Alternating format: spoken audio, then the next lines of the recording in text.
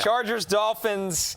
Herbert and McConkey get this one done at the end, but the story of the game was with Omarion Hampton out, Kimani Vidal in with over 22 fantasy points. And after the game, he said, I can be even better.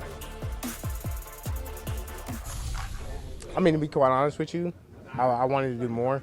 I still feel like I could have done better. But I mean, just happy we won, really. Really just showcase my talents. I feel like before this game, like I just haven't done much like on the field wise. Like I played here and there. I had good plays here and there. I've had negative plays here and there. I just wanted to just do more. Kimani Vidal. He is the Omarion Hampton replacement. We had questions, Jay, how much Haskins would be involved, but I think this counts towards ride or die, right?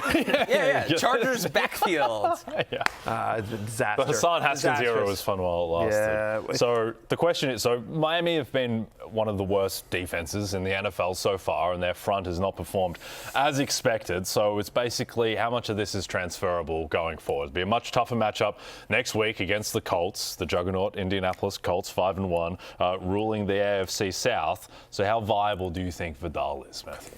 I think somewhat. I mean, so right, to your point, the schedule gets a lot tougher. Home to the Colts, home to the Vikings, at Tennessee, home to Pittsburgh are the next four. But I think that's at least somewhat viable because he's a decent pass catcher. They were willing to use him in the passing game. He played 67% of the snaps. He had a 10.5% target share. Now, no QJ in this game as well, but like it's clear that they kind of wanted to go into the game with a hot hand approach, and Vidal got the first carry and was the better, more explosive player, just to the eye test, compared with him and Haskins. And so I think he is probably more high-end flex-ish and low-end RB2-ish in that range than he is, RB7, which is what he is as we head into Monday Night Football. But I do think because of his pass-catching skills and because they really don't have anyone else, I do think there's at least somewhat of a floor there on a team that's going to have to figure out different ways to move the ball. Also, I think very encouraging that Joel didn't go on IR. Right. He was injured, 3 weeks ago? So him coming back is going to make a huge difference to this offense overall and the run game in particular relative to what it's been. 4 different runs of 10 or more yards. I mean, there was an explosiveness to Vidal. Again, it's Miami, so you have to take it a little bit with a grain of salt. But still, he did what a decent running back should do in bad competition. He dominated. And so, good for him, for everyone that had the guts to start him. Kudos to you. Vidal's still out there in like 75% of leagues. We are going to talk about him tomorrow, I am sure, as we have already. This one from Jay Stabs, Flexious, Newberry terminology. Yeah, Flexious. Like a disease. Fair enough. Inflectious. Fair enough. Nice to see Ladd McConkey in this game get back up the schneid. Season highs in receptions, yards, and fantasy points.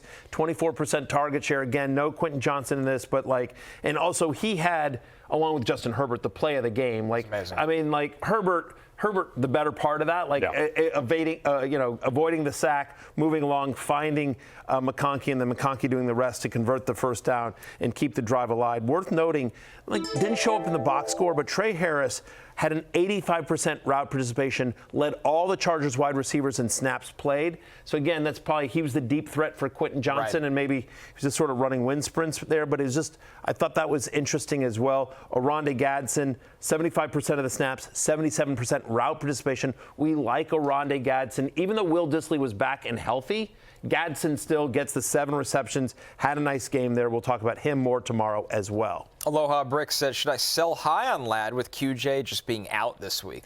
I don't think you can sell high on Ladd McConkey. It was one game. I mean, sure, try it. But Keenan Allen, last 2 games has slowed down a little bit. And so we don't know exactly when QJ is going to come back.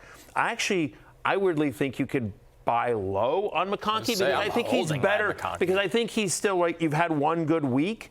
But I actually think if you can get him for wide receiver 3 prices, which I think, based on his overall season-long stats is about where he's at, I would do that because we believe in the talent, right? We believe in the talent. Also think Ladd is going to have a big week against the Colts next week because I think Indianapolis are literally missing their 6 first-choice cornerbacks at the moment. That showed up, yeah.